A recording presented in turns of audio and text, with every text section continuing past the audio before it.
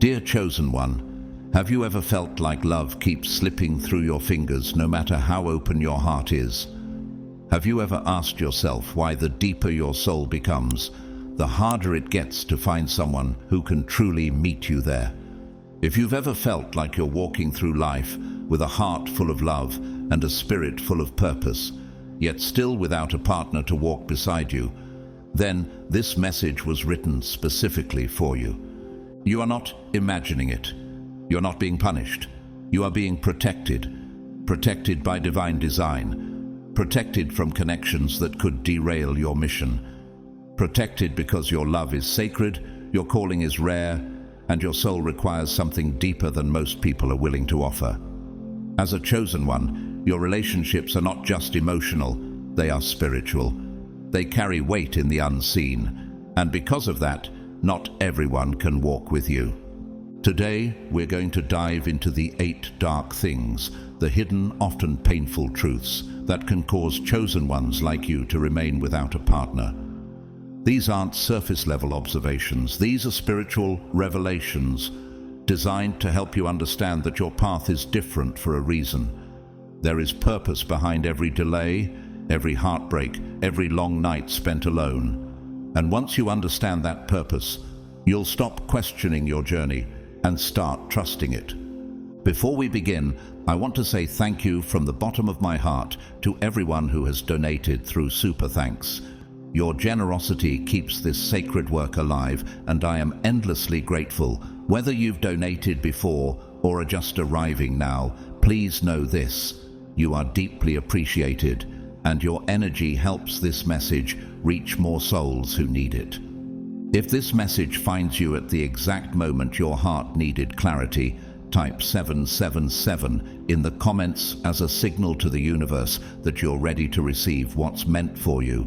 And if you're drawn to messages like this, messages that speak to your spirit, awaken your purpose, and remind you of your divine identity, make sure to subscribe, turn on the notification bell, and stay close. This is more than content. This is confirmation. Now, let's uncover the 8 truths that explain why love for the chosen ones is not ordinary, and why that's exactly how it's meant to be. God's chosen ones. 8 dark things that can leave you without a partner.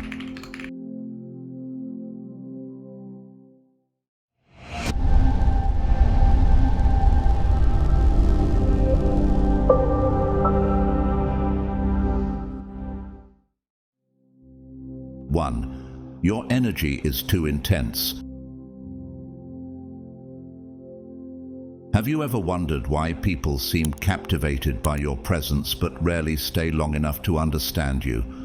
Why some are drawn to you like a moth to flame, only to retreat as if they touched something too hot to handle? What if the very thing that makes you magnetic is the same thing that makes you misunderstood? Chosen one, the truth is both painful and powerful. Your energy is too intense for most people to carry. You weren't created to be ordinary. Your soul operates at a higher frequency, vibrating with divine codes, ancient wisdom, and spiritual fire. It's not just your words or actions that make people pause. It's your presence. When you walk into a room, the atmosphere shifts. Conversations slow down. People sense something is different about you, even if they can't explain it. This is not ego. This is evidence of the spiritual mantle placed upon you by God. The Bible speaks of this kind of intensity in Exodus 34:29 through 30. When Moses came down from Mount Sinai with the 2 tablets, his face was radiant because he had spoken with the Lord. And when Aaron and all the Israelites saw Moses, his face was radiant, and they were afraid to come near him. Moses didn't ask for that glow. He didn't try to intimidate anyone. The light came from intimacy with God, and it frightened people who hadn't stood in the same presence. The same happens with you. Your energy is radiant, not because you seek attention, but because you have been in deep communion with the divine. But here's the shadow side. Your energy, while sacred, can be overwhelming for those who haven't done the inner work. Many people are not used to being in the presence of someone who lives authentically, speaks truth without apology, and carries pain and power in equal measure. They might admire you from afar, desire you deeply, but when it comes time to stand beside you, they waver. Why? Because you reflect what they are not yet ready to face within themselves. You carry an emotional and spiritual intensity that can't be dulled or dimmed, no matter how hard you try to tone it down. And honestly, chosen one, you weren't made to dim, but relationships require energetic alignment. And when your vibration is too high, others feel like they're gasping for air, trying to keep up. Have you noticed how you often become a mirror for people's shadows? You don't even have to say anything. Your presence alone triggers their insecurity, guilt, hidden shame, or suppressed purpose. And though you are kind and non-judgmental, they associate you with inner discomfort, not because you hurt them, but because being around you reminds them of what they haven't healed. This is exactly what happened to Saint Francis of Assisi. After his radical transformation, his family and friends no longer recognized him. Some saw his passion for God as madness. Others felt judged, not by his words, but by his mere existence. His purity made them uncomfortable. His vision exposed their complacency. Just like you, he wasn't trying to be better than anyone. He was just walking in obedience, and that walk made others retreat. Psalm 34:5 says, "Those who look to him are radiant. Their faces are never covered with shame." You, chosen one, are radiant because your soul reflects the glory of the one who called you. But with that glory comes weight, spiritual weight, that not everyone is strong enough to carry. You may have had someone deeply interested in you. Maybe they said all the right things. They were attracted, maybe even emotionally invested. But over time, they began to withdraw. They couldn't explain it. Neither could you. But now, you realize it wasn't about your appearance, your personality, or any flaw in you. It was about your spiritual voltage. You were never too much. They were simply not ready. There's a story that perfectly illustrates this. Harriet Tubman, the woman who led hundreds of slaves to freedom through the Underground Railroad, was known not just for her bravery, but her spiritual presence. Those who traveled with her testified to supernatural guidance, visions, and protection that surrounded her. But not everyone had the courage to walk beside her. Some were paralyzed by fear and turned back. Not because Harriet failed, but because her intensity exposed their fear and forced them to choose: stay bound or walk into freedom. Being around a chosen one is exactly like that. It requires people to confront their fears, grow beyond their comfort zone, and surrender control. Most people aren't ready for that kind of transformation, especially in love. 2 Corinthians 2:15-16 tells us, "For we are to God the pleasing aroma of Christ. To the one we are an aroma that brings death, to the other an aroma that brings life." This verse reveals a deep mystery. The same energy can be healing to one and repelling to another.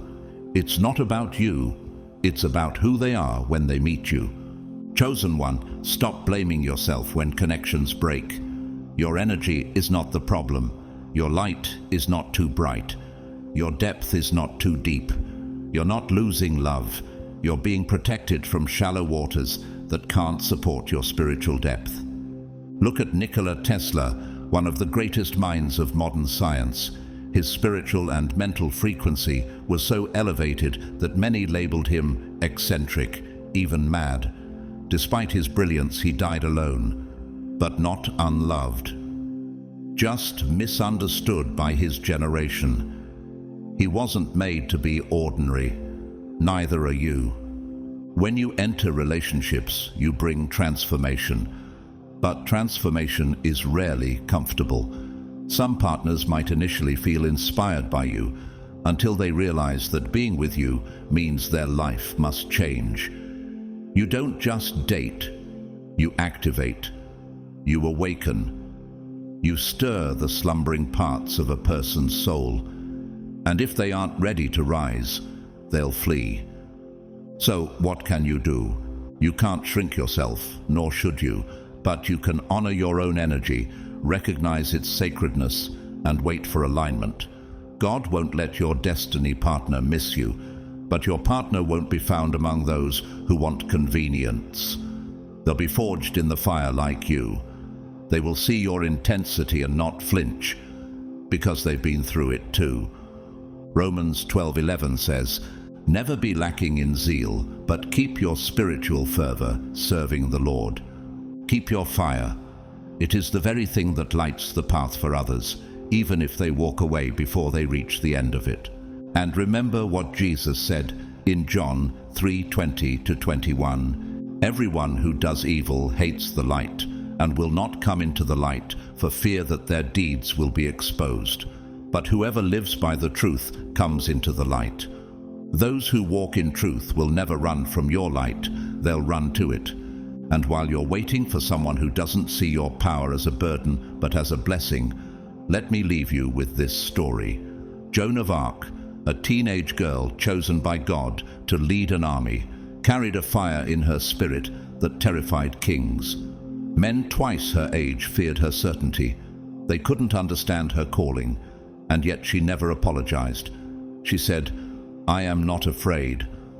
I was born to do this." You too were born for something great, and those who are afraid of your fire were never meant to stand in it. So don't settle for someone who only loves you in dim lighting. Wait for the one who brings oil to your flame, because you're not just a partner in love, you are a partner in destiny, and anyone who joins you must be ready to rise with you or be consumed trying to hold on. 2. You see through people's masks. Chosen one. Have you ever looked into someone's eyes and instantly known they weren't being honest with you? Have you sensed discomfort behind a smile, fear behind confidence, or emptiness behind charisma? What if this ability isn't just intuition, but a divine gift? What if your ability to see past the surface is exactly what sets you apart, yet simultaneously leaves you feeling alone in relationships?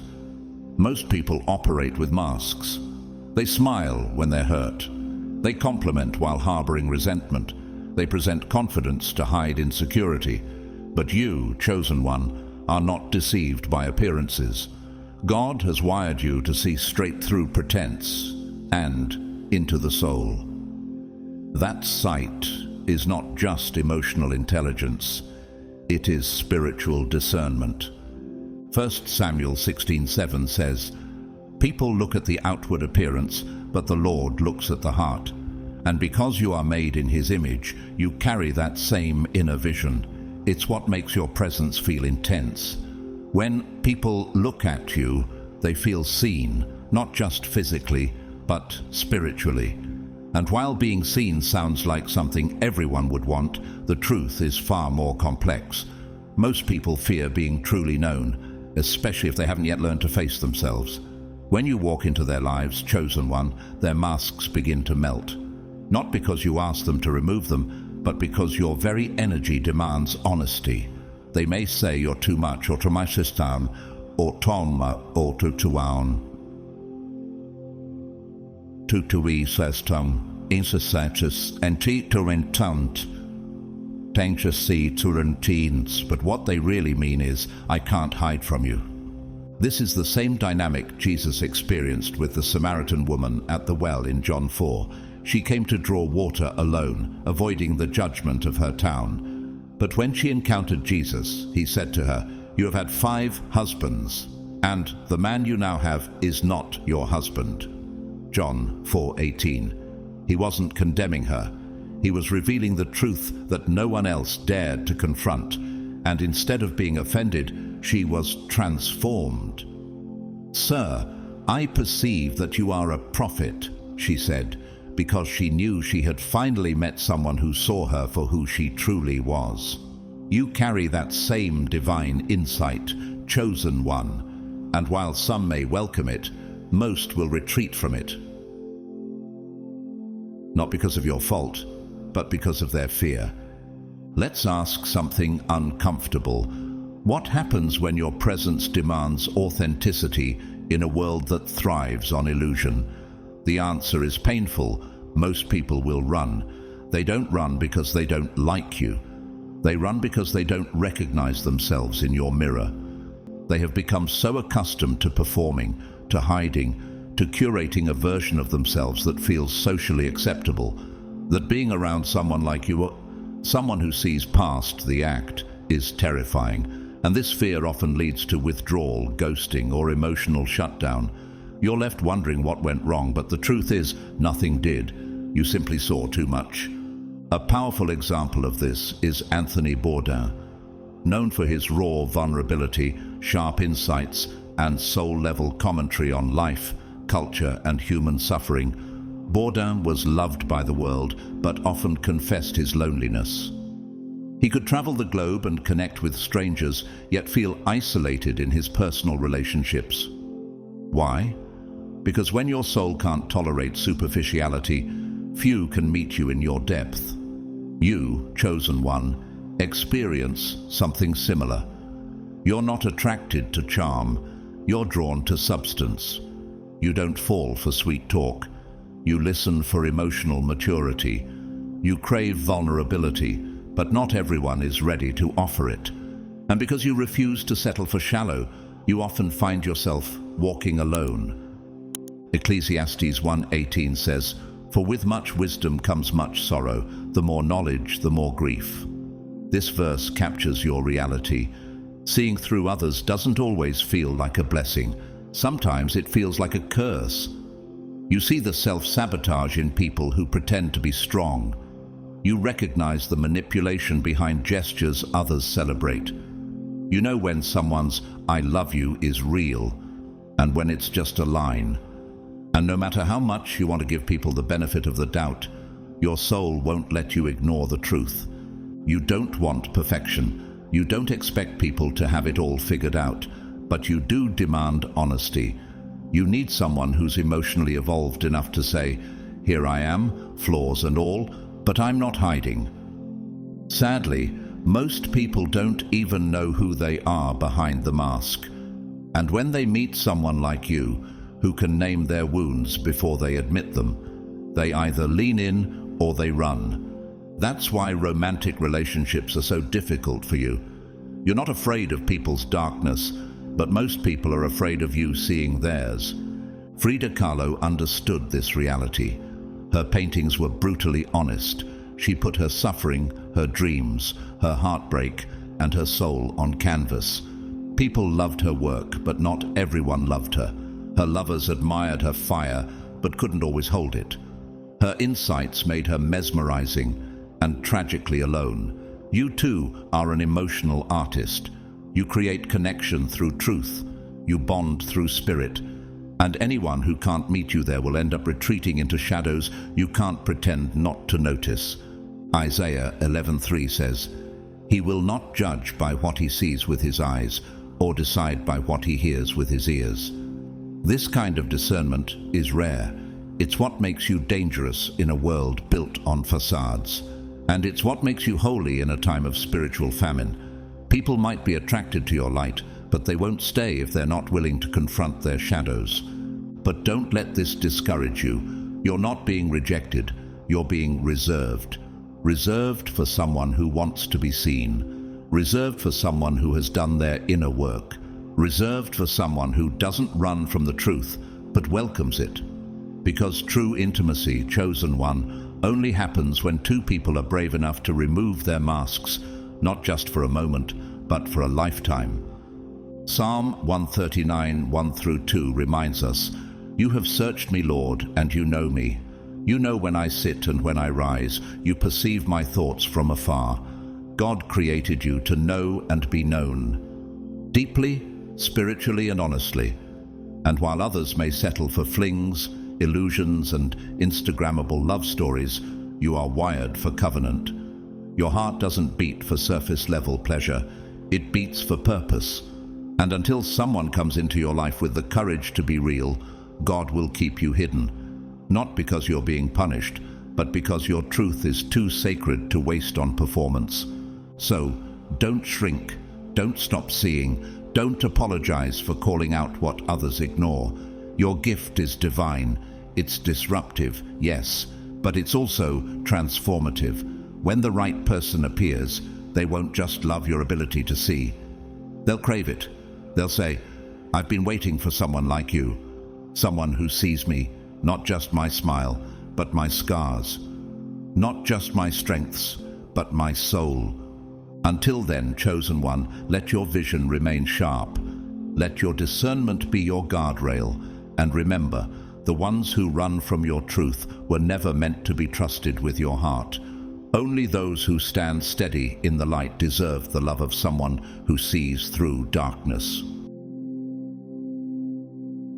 3. Your purpose comes first.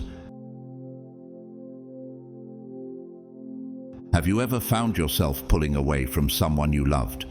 Not because the feelings weren't there, but because your spirit whispered that the path they were on didn't align with the one God carved out for you. Have you ever chosen silence over companionship, solitude over company, because your inner calling demanded more of you than a relationship could provide? If so, then you already understand one of the deepest truths about being chosen. Your purpose always comes first. While the world idolizes romantic love and places relationship status on a pedestal, you've always felt something different pulling at your soul. From an early age, there was a knowing, a deep sense that you were born for something far more significant than the ordinary path. You weren't designed to merely settle down, raise a family, and blend into the scenery. You were destined to disrupt patterns, to awaken sleeping hearts, to carry out an assignment so sacred that even heaven holds its breath when you step into alignment with it. Jeremiah 1:5 declares, "Before I formed you in the womb, I knew you. Before you were born, I set you apart. I appointed you as a prophet to the nations." This isn't just about Jeremiah, it's about you. God set you apart before time began. And when God sets you apart, He places a weight of purpose on your shoulders that reshapes how you engage with the world, including how you approach relationships. Most people enter relationships seeking companionship, comfort, or societal completion. But you, chosen one, are wired for alignment. You don't just ask, "Do I love this person?" You ask, "Does this relationship align with my divine assignment?" And if the answer is no, no matter how charming, attractive, or convenient that connection may be, you are willing to walk away, not out of coldness, but out of covenant. Your first loyalty is to the throne that called you. This is where heartbreak often comes in, because potential partners, no matter how well-meaning, can't always comprehend what it means to be with someone chosen. They may feel like you're distracted, like they'll never be first in your life. And in a way, they're right, because your obedience to God's voice must always take priority over emotional desires. And when your purpose speaks, you answer. Let's consider the story of Florence Nightingale, a woman born into wealth and privilege in Victorian England. Her family expected her to marry well and live a life of leisure, but Florence heard a higher calling, a divine pull toward serving the sick, reforming hospitals, and fighting for dignity in healthcare. She refused marriage proposals, lost friendships, and endured misunderstanding from nearly everyone around her. Why? Because her purpose came first. And because of her obedience, she transformed the medical world. You carry that same vibration, and not everyone will be able to walk beside you as you follow it. Matthew 6:33 reminds us, "But seek first the kingdom of God and His righteousness, and all these things will be added to you." You don't neglect love, chosen one. You just don't chase it at the expense of your calling. You don't idolize relationships because you know that everything you're seeking will come. after you seek the kingdom first. This is why others might feel left out, unseen, or not prioritized. It's not that you lack emotional capacity. In fact, you love more deeply than most. But your love is tethered to truth, not convenience. You're not interested in spending time with someone who will anchor you to the ground when you've been called to fly. And this is where many relationships fail. People want access to your light, but they don't want to rise to your altitude. You weren't born to compromise your mission for comfort. You weren't created to fit into traditional molds that suffocate your calling. Your path is not linear. It is prophetic, demanding, and sacred. And it often requires saying no to people who would distract you with their desire to be your priority when God must remain your focus. One of the most misunderstood figures in this context is Vincent van Gogh. He was deeply spiritual, once training to become a preacher before pouring his revelations into painting. His life was filled with isolation, largely because his intensity, purpose, and passion were too much for others to carry. He didn't fit societal norms. He didn't marry. And though he loved deeply, he was misunderstood and rejected repeatedly. But his work changed the world, not during his lifetime, but long after. That is often the fate of the chosen, misunderstood in the moment, immortalized in the mission. Romans 8:28 promises us, "And we know that in all things God works for the good of those who love him, who have been called according to his purpose." Notice the wording, those who have been called according to his purpose. Not popularity, not romance, not even personal fulfillment. Purpose. When you walk in your purpose, even the painful goodbyes, the lonely seasons, and the empty rooms are part of your divine preparation. God doesn't waste your solitude. He sanctifies it. You might wonder, will I ever find someone who understands this part of me? Someone who doesn't compete with your calling, but complements it. Someone who doesn't distract you from your path, but strengthens your pace. The answer is yes, but only after you have mastered choosing purpose over preference, mission over comfort, and divine timing over emotional urgency. And chosen one, make no mistake, your life is not on pause until someone loves you. You are not incomplete without a partner. You are already walking in union with your Creator. And if someone joins you, it must be because God sent them to walk with you, not detour you. You have too much to do to be detoured now. Consider the life of Sojourner Truth, a woman born into slavery who escaped and became one of the most powerful voices in abolition and women's rights. She traveled alone, slept in strangers' barns, and preached God's message across hostile territories. She never married again after leaving bondage, and yet she changed the spiritual and social fabric of a nation. She wasn't chasing love, she was chasing liberation, and in doing so, she fulfilled a divine mission that still echoes through time. Philippians 3:14 says, "I press on toward the goal for the prize of the upward call of God in Christ Jesus." That is your anthem, that is your compass. And sometimes pressing forward means leaving behind people who would slow you down, not because they're bad people, but because they're not called to your destiny. You will be misunderstood. People will say you're emotionally unavailable, too focused, too intense, or too spiritual. But do not fold to their opinion. Your spiritual assignment is too precious to bargain with, and the right person, your divine partner, will never compete with your purpose. They will recognize it, revere it, and run alongside it. Until then, trust God's timing. Keep showing up for your calling. Keep pouring into the mission. Your love story will not be found through chasing affection. It will be found in alignment with God's orchestration. One day, someone will look at your fire and not feel threatened. They'll feel home. They won't beg for attention. You'll naturally give it, because they won't distract you from God. They'll draw you deeper into Him. So don't apologize for choosing purpose over romance. Don't let loneliness trick you into forgetting your worth. The one who is meant for you will be sent, not stumbled upon, and they will see your purpose not as a problem, but as proof that they've found someone chosen by God. 4. You experience frequent awakenings. Chosen one, have you ever woken up one day and felt like your entire worldview had shifted overnight? Have you ever looked at the things, people, or relationships that once brought you joy and suddenly realized they no longer resonate?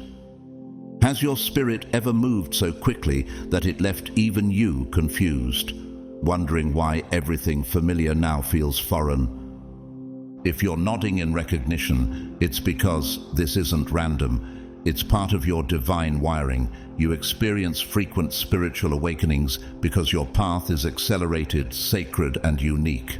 While others may move through life at a steady, comfortable pace, you undergo radical transformation again and again and again. And while this is a blessing, it often comes with deep relational consequences.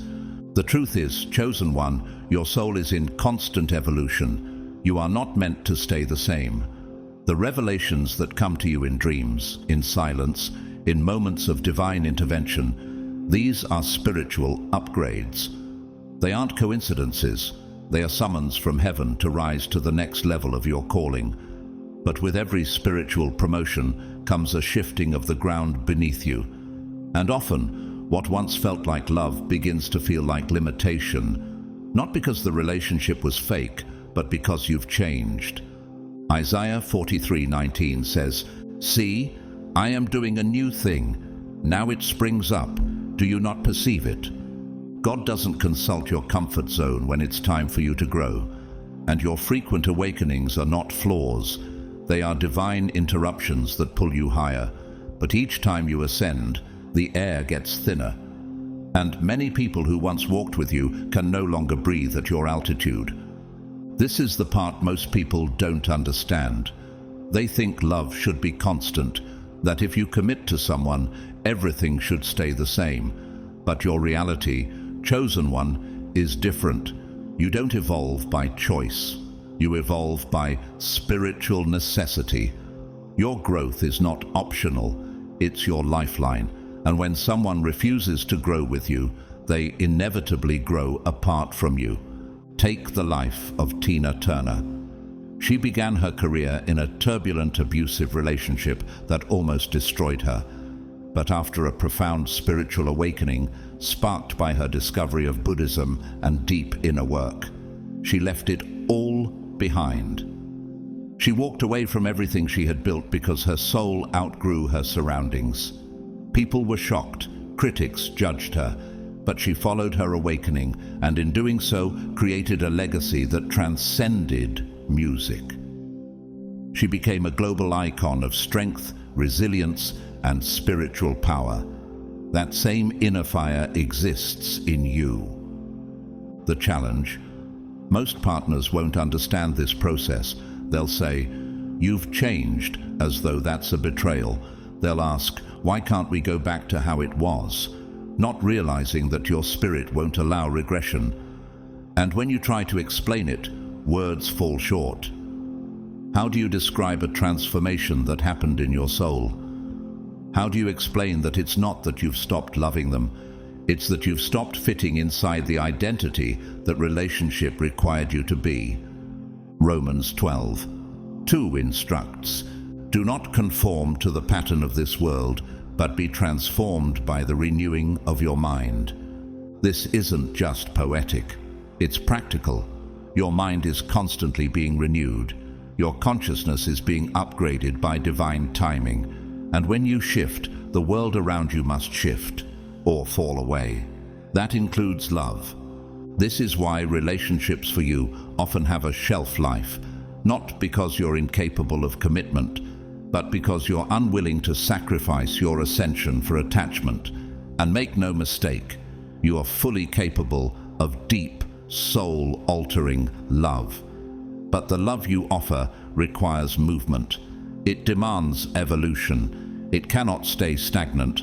If the person you're with resists growth, the relationship becomes a spiritual cage, and the chosen one can never stay caged for long. You are designed for expansion, and expansion creates friction. Not everyone can endure it.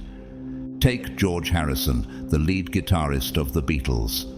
At the height of his fame, he underwent a massive spiritual awakening that drew him into Hinduism, meditation, and a complete reorientation of his values.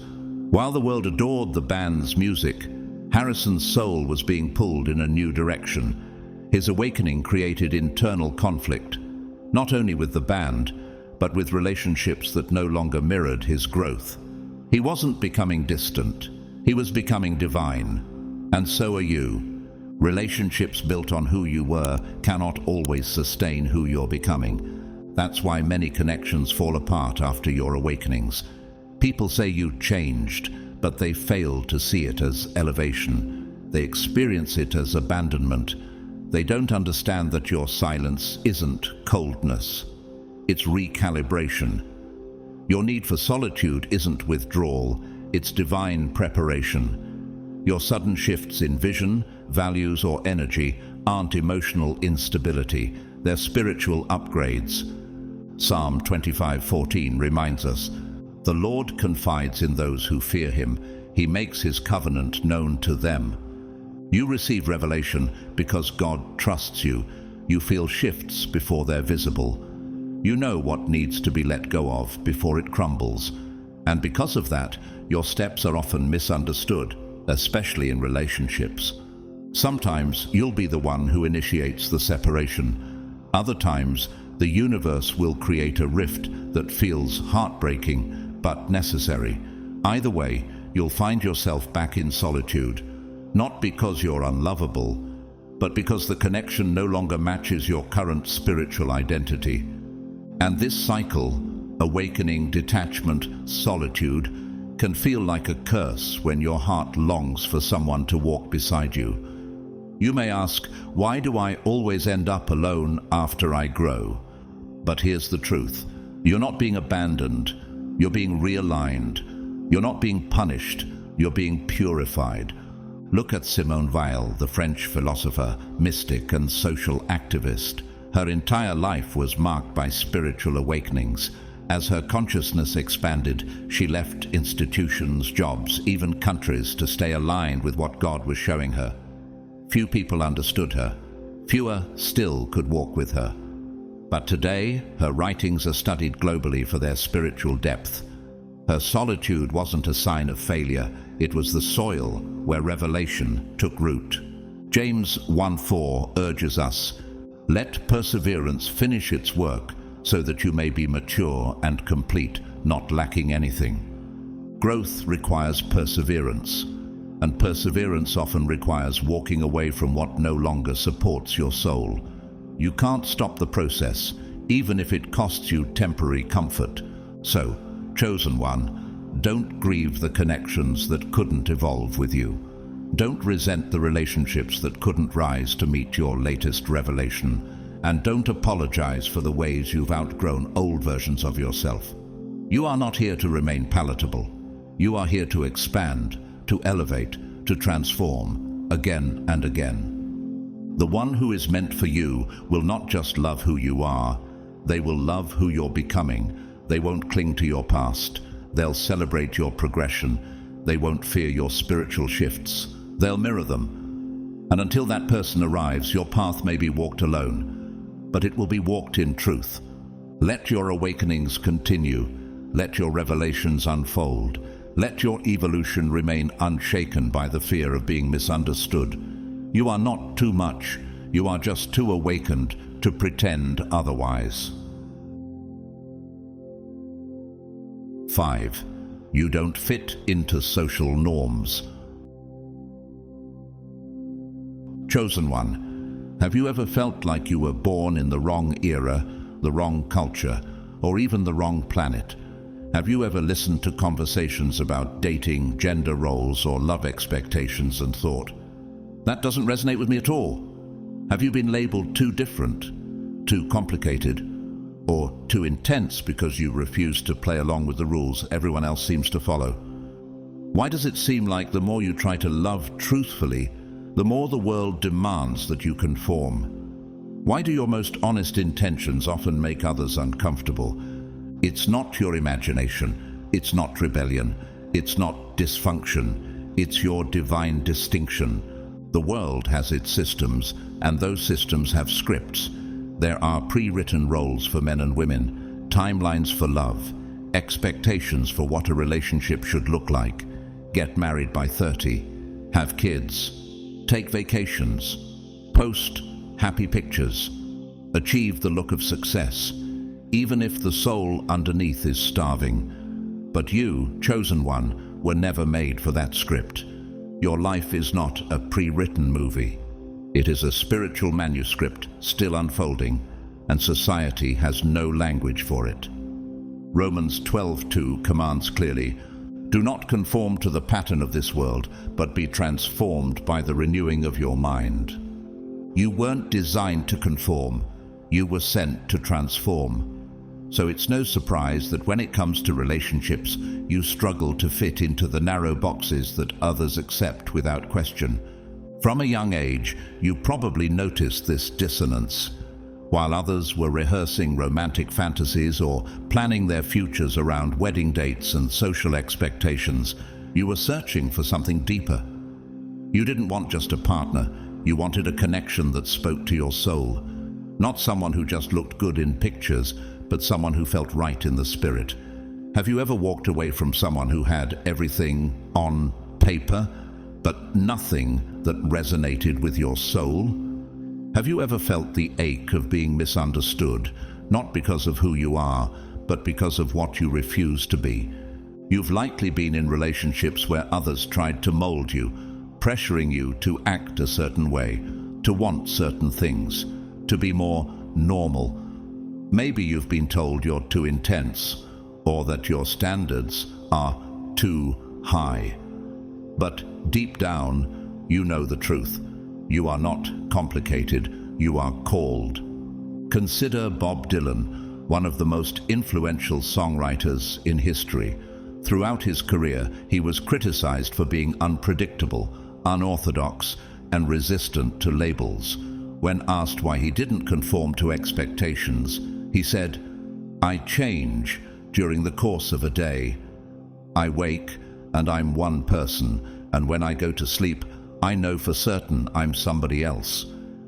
Dylan's refusal to be boxed in made him polarizing, but it also made him powerful. He followed the pulse of something higher, not the applause of the masses. And so do you. How many times have you chosen peace over popularity, purpose over partnership, freedom over fitting in? In love, this means you don't seek partners based on status, appearance, or social approval. You seek resonance. You crave relationships built on depth, spiritual alignment, and emotional transparency. You reject the dating culture that revolves around image, transaction, and short-term satisfaction. You aren't interested in being someone's checklist partner. You want to be their divine mirror, their spiritual equal, their co-creator in purpose. But here's the challenge. Most people are not ready for that kind of love. They want predictable, familiar, easy to understand, and when they encounter you, free, bold, unconcerned with rules, they don't know what to do with you. You don't behave the way a woman should, or love the way a man must. You don't chase, perform, or submit to shallow standards. And because of that, people often label you as difficult or too much. How many people have been intrigued by your light, only to run when they realized it came with fire? How many have fallen in love with your soul, but fled when they saw your spirit wouldn't be tamed? Galatians 1:10 asks, "Am I now trying to win the approval of human beings or of God? Or am I trying to please people? If I were still trying to please people, I would not be a servant of Christ." You don't live to please people. That's why society's expectations don't fit. Your role isn't to fit in. It's to stand out, to break patterns, to reveal new ways of being, even in love. Your vision for partnership is radical by earthly standards. You believe in divine timing over dating apps, in soul contracts over romantic timelines, in spirit-led connection rather than socially accepted rituals. You don't need flowers, vacations, or public displays to know you're loved. You need vulnerability, honesty, and sacred alignment, and you're willing to walk alone until you find it. Take Emily Dickinson, the brilliant poet whose work changed literature forever. She lived most of her life in isolation, refusing to conform to society's expectations of marriage and social life. Many saw her as strange, but her inner world was richer than most could fathom. She didn't write from imitation, she wrote from insight. And she wasn't alone because she was unworthy of love. She was alone because the world could not meet her at her frequency. In the same way, you may find that fewer people get you. You may attract many, but connect deeply with very few. That's not rejection, it's refinement. God is sifting. He's not trying to deprive you of love. He's protecting the purity of your heart until it meets its mirror. Have you ever felt like you were waiting for someone who doesn't just see your difference, but shares it? Someone who doesn't ask you to tone down, but rises up? Proverbs 29:25 warns, "Fear of man will prove to be a snare, but whoever trusts in the Lord is kept safe." If you begin chasing social validation, it will entrap you. You'll end up in a relationship that looks good on the outside, but rots your spirit from within.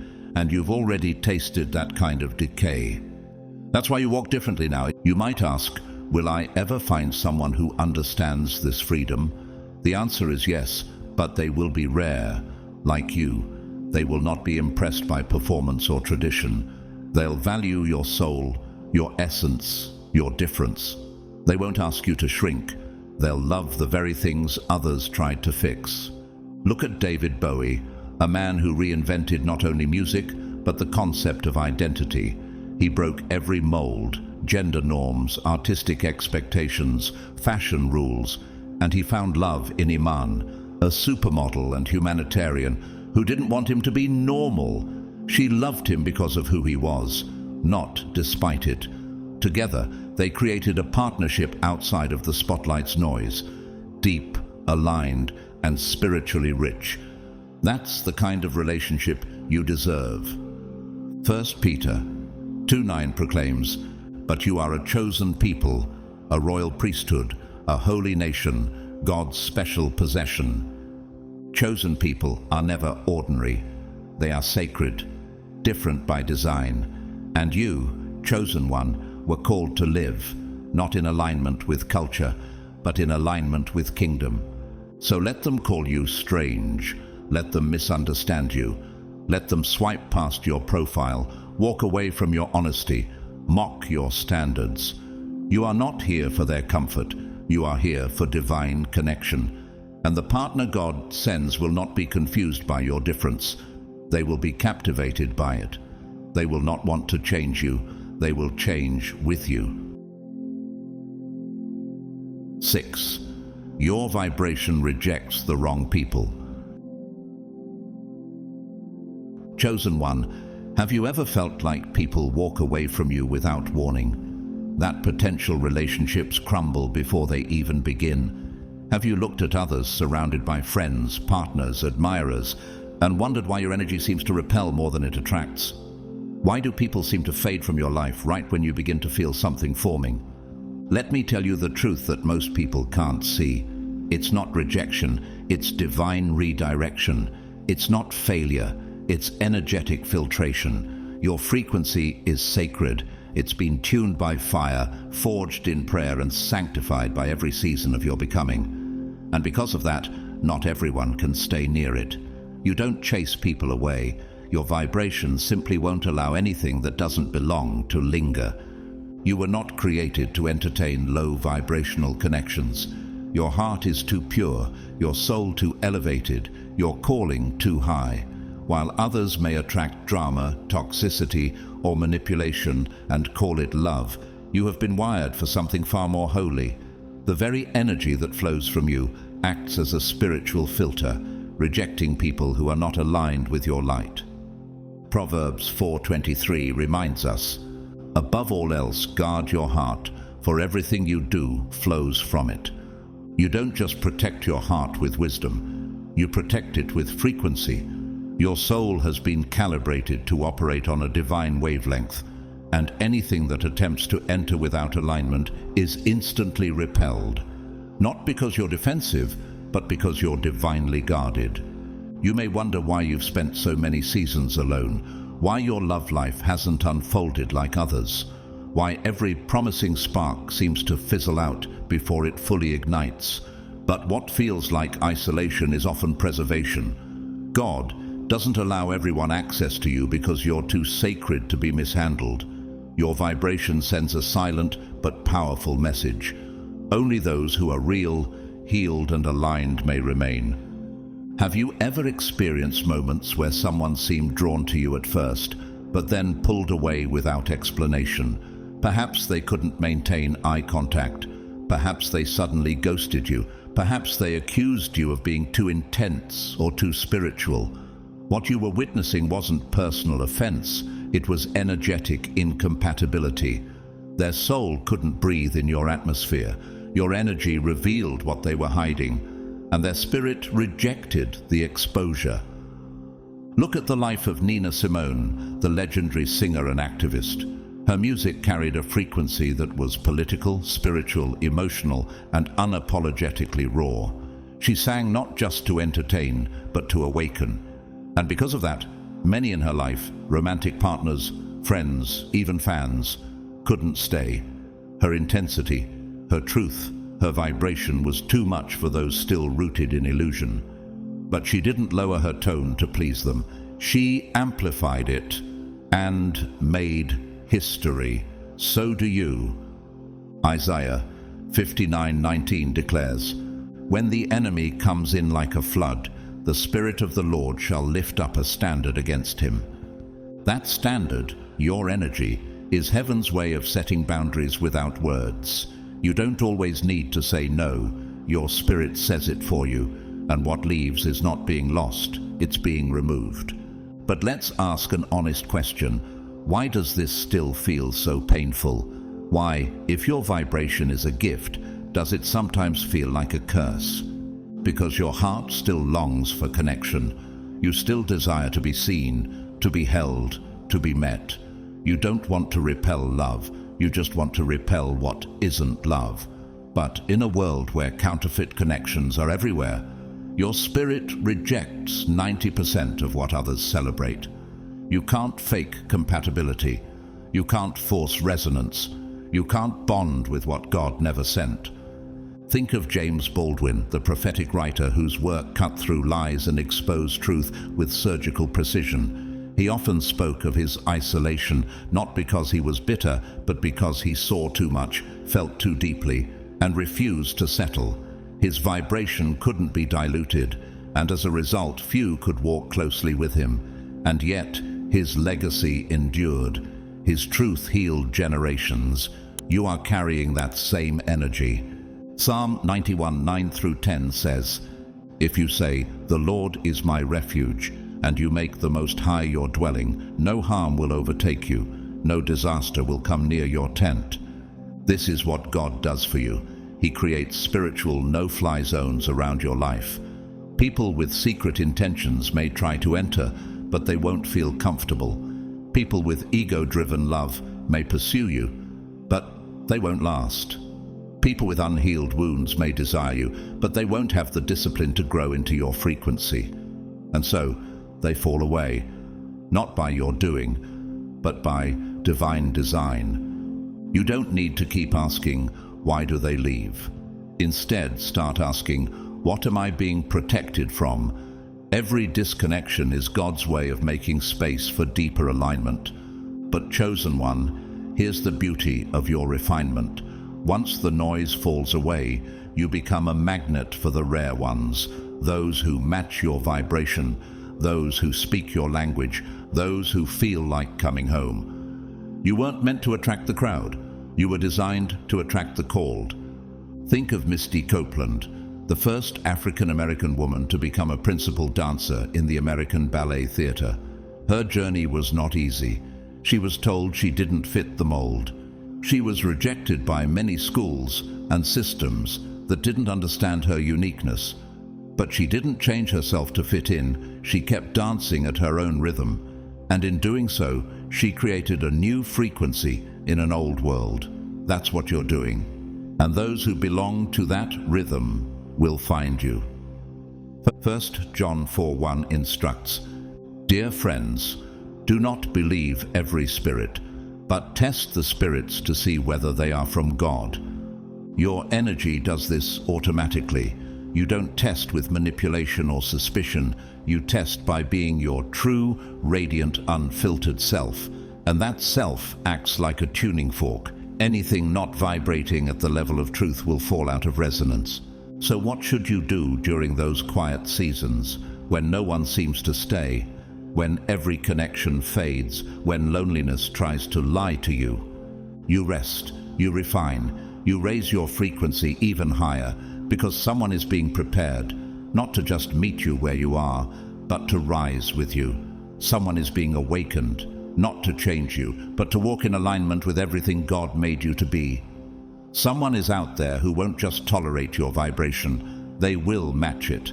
Until then, let your frequency speak louder than your fear. Let your energy filter out what words cannot. Let your vibration be your shield, your guide, and your spiritual compass. You don't need to force love. You just need to hold your vibration long enough for the real ones to arrive. So, no more mourning what fell away. No more questioning why it didn't work. No more begging for understanding from people who were never meant to carry your light. You are vibrating on heaven's frequency, and only those tuned into the divine will hear the call. 7. You value depth over surface connections. Chosen one, have you ever sat across from someone and realized mid-conversation that while their words sounded kind, their soul wasn't present? Have you ever smiled through a date or a dialogue that felt hollow, knowing in your spirit that something deeper was missing? Have you ever asked yourself, why does everyone else seem content with this, but I feel empty inside? This isn't because you're too sensitive or too complicated. It's because your spirit has matured beyond surface-level connection. You've been through too much. You've healed too many wounds. You've peeled back too many layers of your soul to ever be satisfied with a connection that stays on the surface. You don't seek attention. You seek resonance. You don't need flattery. You need truth. In a world driven by speed, validation, and shallow desires, you walk a slower, sacred path. While others chase thrills, you pursue purpose. While many are looking for someone to fill a void, you're waiting for someone who reflects your depth. You don't just want to be seen, you want to be known. And that desire for depth, it's not weakness, it's the mark of the anointing on your life. Psalm 42:7 says, "Deep calls unto deep at the noise of your waterfalls. All your waves and billows have gone over me." This verse speaks directly to you, chosen one. Your soul is calling for something deeper, not because you're demanding, but because you were never created to live shallowly. Your heart echoes with the frequency of heaven, and only those who also journeyed through the depths can meet you there. But let's be honest, this path is lonely at times, isn't it? You see others falling into relationships surrounded by constant company, even finding comfort in conversations that would bore you to tears. And you wonder, am I asking for too much? Am I too intense? Should I just lower my standards? The answer is no. You're not asking for too much. You're asking for what's real. And that kind of love is rare. Take Haruki Murakami, the Japanese novelist whose work is known for its introspective, soul-searching themes. In interviews, Murakami often admitted to feeling isolated in his youth, not because he was antisocial, but because he couldn't tolerate meaningless interactions. His desire to explore the subconscious and the spiritual led him to write novels that millions now treasure, but it cost him traditional popularity. That's what happens when your spirit is wired for depth. You will often stand alone. When you enter relationships, you're not impressed by job titles or physical appearance. You want to know what someone fears at night, what their soul grieves, where they find God in the silence. And this desire quickly filters out 90% of people, because most haven't been taught to live from that depth. Many are still hiding behind roles, images, or wounds they haven't yet confronted. You can sense it instantly, and you don't judge them. You just know you can't connect with someone who refuses to go below the surface. Hebrews 5:14 reminds us, "But solid food is for the mature, who by constant use have trained themselves to distinguish good from evil." You crave spiritual nourishment. You can no longer live on relational milk. You've been trained by experience, refined by heartbreak, and now your soul rejects anything that feels emotionally malnourishing. You can't pretend that small talk feeds you. You can't fake laughter when your spirit is bored.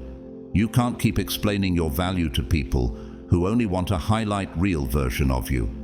Have you noticed how quickly you can feel when someone is interested in you for who you are versus what you represent?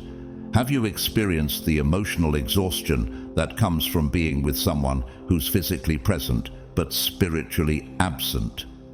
How many times have you walked away, not because you didn't care, but because your soul whispered, "This isn't home"?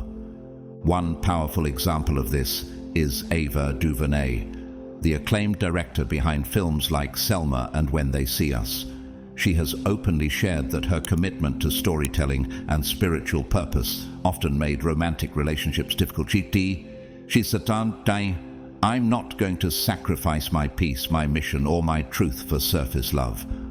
Her ability to wait, despite social pressure, has made her a force of depth and vision in a shallow industry. She didn't chase love, she cultivated alignment. That's what you're doing, chosen one. You're not behind. You're being preserved. John 4:23-24 tells us, "Yet a time is coming, and has now come, when the true worshippers will worship the Father in the Spirit and in truth, for they are the kind of worshippers the Father seeks." This is not just about worship, it's about alignment. You can't be in love with someone who doesn't value truth. You can't build with someone who lives in illusion. Because your life itself is worship. Every decision, every connection, every silence. And if it doesn't flow from truth, it doesn't belong in your life. People may say you're being too picky, but this isn't about pickiness. It's about protection. You're protecting your energy, your calling, your future. You're not looking for a partner to post online. You're looking for someone whose spirit matches yours behind closed doors. You're seeking someone who can hold your hand and your soul in the same moment. Think about Franz Kafka, the philosopher and author who wrote with a haunting sense of spiritual tension and inner conflict. He longed for deep connection, yet struggled to find someone who could understand the spiritual density of his thoughts. Though deeply romantic, his soul's depth made him a mystery to most. He was not hard to love, he was simply difficult to reach. You may feel this too, not because you're closed off, but because you're too open for someone who's not ready to be fully seen. So, what should you do when the surface-level world grows louder? When pressure builds to just settle? When even your loneliness tries to lie to you? You stay anchored in who you are. You trust your depth. You keep waiting, not in desperation, but in expectation. Because while many relationships are built on chemistry, yours will be built on covenant. While others search for someone to fill time, you're seeking someone to build eternity. Ephesians 3:17-18 encourages us that Christ may dwell in your hearts through faith, that you may have power to grasp how wide and long and high and deep is the love of Christ. This is the love you were born to reflect, deep, spiritual, grounded, divine. And that's why shallow love will never be enough. You carry the blueprint of heavenly love, and nothing less can satisfy your heart.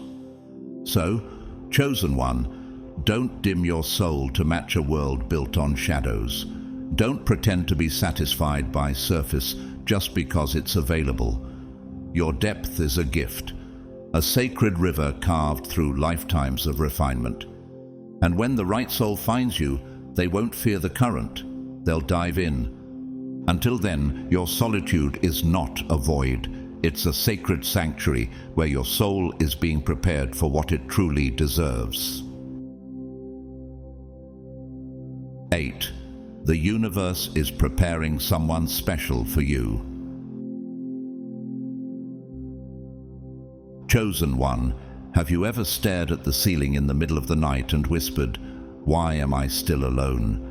Have you ever watched others fall in love easily, get married effortlessly, or settle into companionships that look comfortable, even if you know they lack depth, and thought, "What about me?" Have you ever questioned whether your standards are too high or worse, whether you're destined to walk this path forever without anyone to walk it with you? If you've asked these questions, let this truth anchor you today.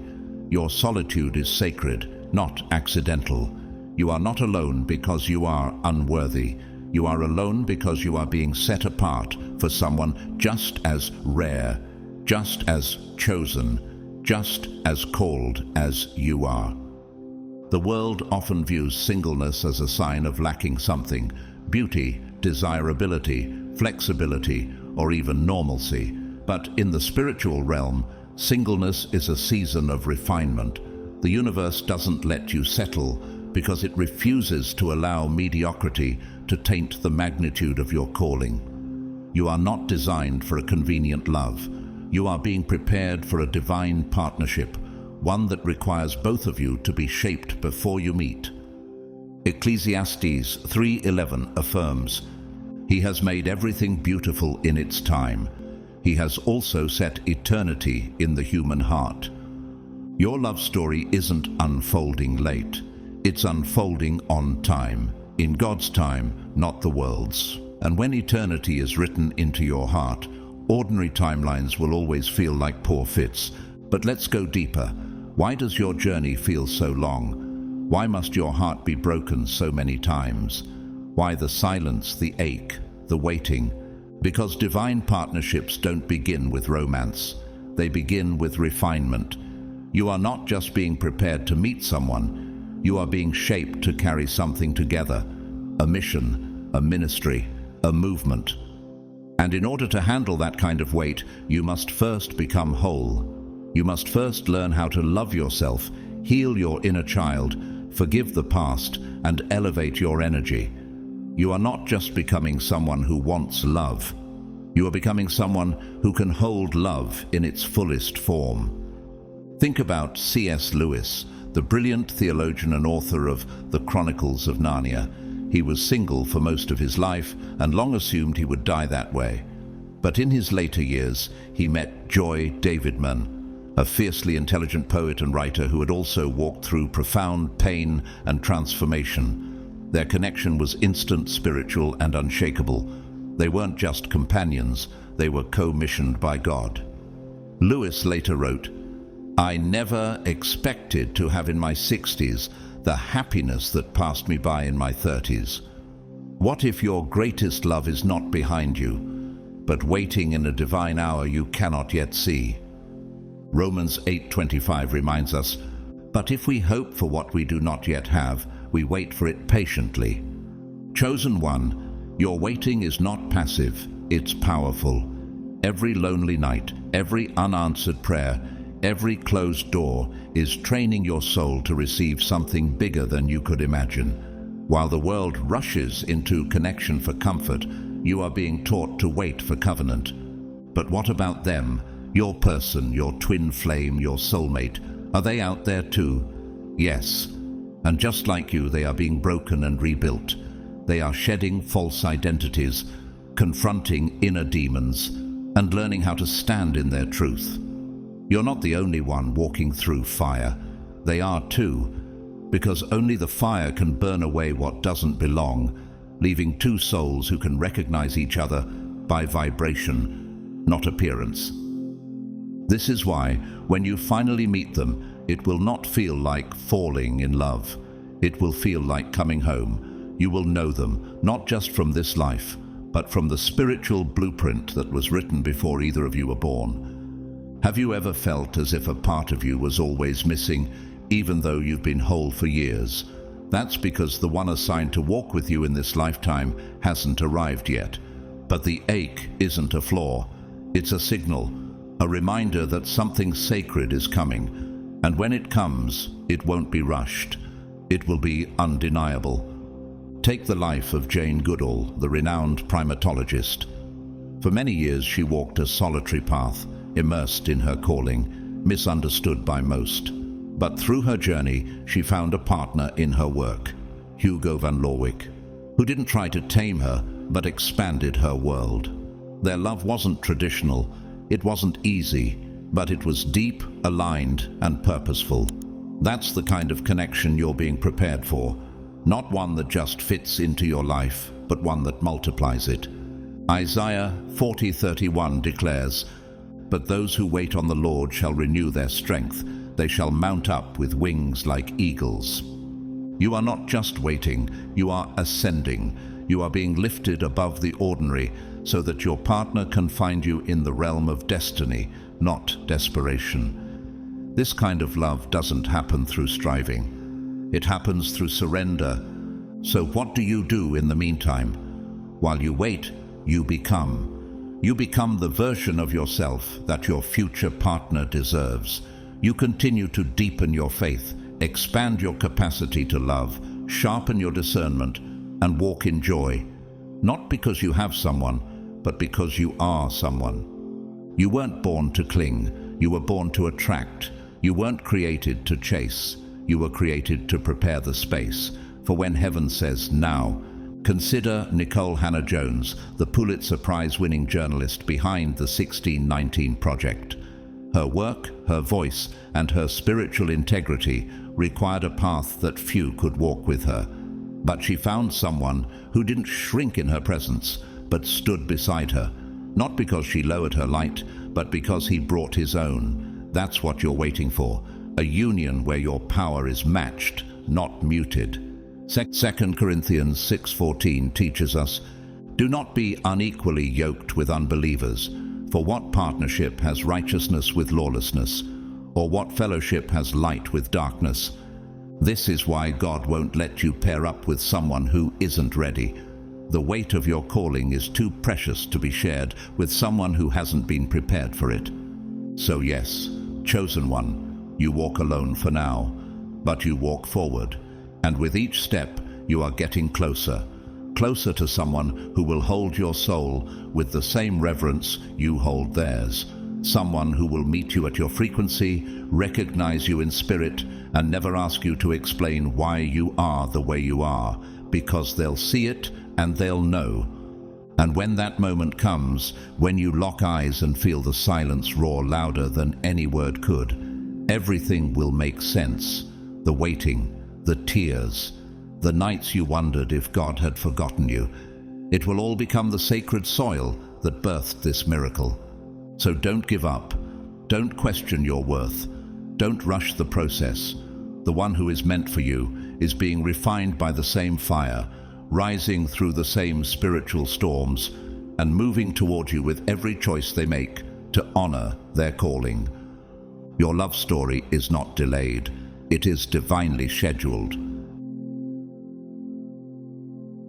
Beloved chosen one, if you've made it this far, it's no accident. You were meant to receive this message in this exact moment, not just with your ears, but with your spirit. If you've ever felt isolated, misunderstood, or questioned why love continues to feel just out of reach, know this: you are not broken. You are being built. You are not abandoned. You are being aligned. The depth of your soul, the vibration of your spirit, and the magnitude of your calling have never been ordinary.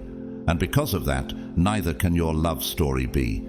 You are not meant for fleeting attention, shallow validation, or temporary companionship. You are meant for covenant love, the kind that doesn't ask you to shrink, but expands with your light. The kind of love that will not be scared of your intensity, your awakening, your purpose, but will recognize it as holy. And until that love arrives, every moment of solitude, every tear shed in silence, and every unanswered prayer is not wasted. It is sacred preparation. So keep walking, keep rising, keep shedding old layers that no longer serve you. The more you become who you truly are, the more you magnetize the one who is truly meant for you. And when that moment arrives, when soul meets soul with no resistance, no confusion, only clarity, you'll understand why God made you wait. True love was never late. It was being refined, just like you. Thank you for staying until the end, for opening your heart, and for honoring the depth of this message. Your presence here means more than you know. If this message has spoken to your soul, and if you feel called to support this sacred work, you can donate through Super Thanks. Whether you choose to give or not, please know that I am deeply grateful for your presence, your energy, and your spiritual journey. Just being here is already a blessing. Please like, subscribe, and share this message with someone else who walks this divine path, someone who, like you, was never meant to settle for less than heaven's best. May you be blessed with patience that outlasts the doubt, clarity that silences confusion, and a love that meets you exactly where your soul has been waiting. Until we meet again, chosen one, keep glowing, keep growing, and never forget, the love you're waiting for is already waiting for you too.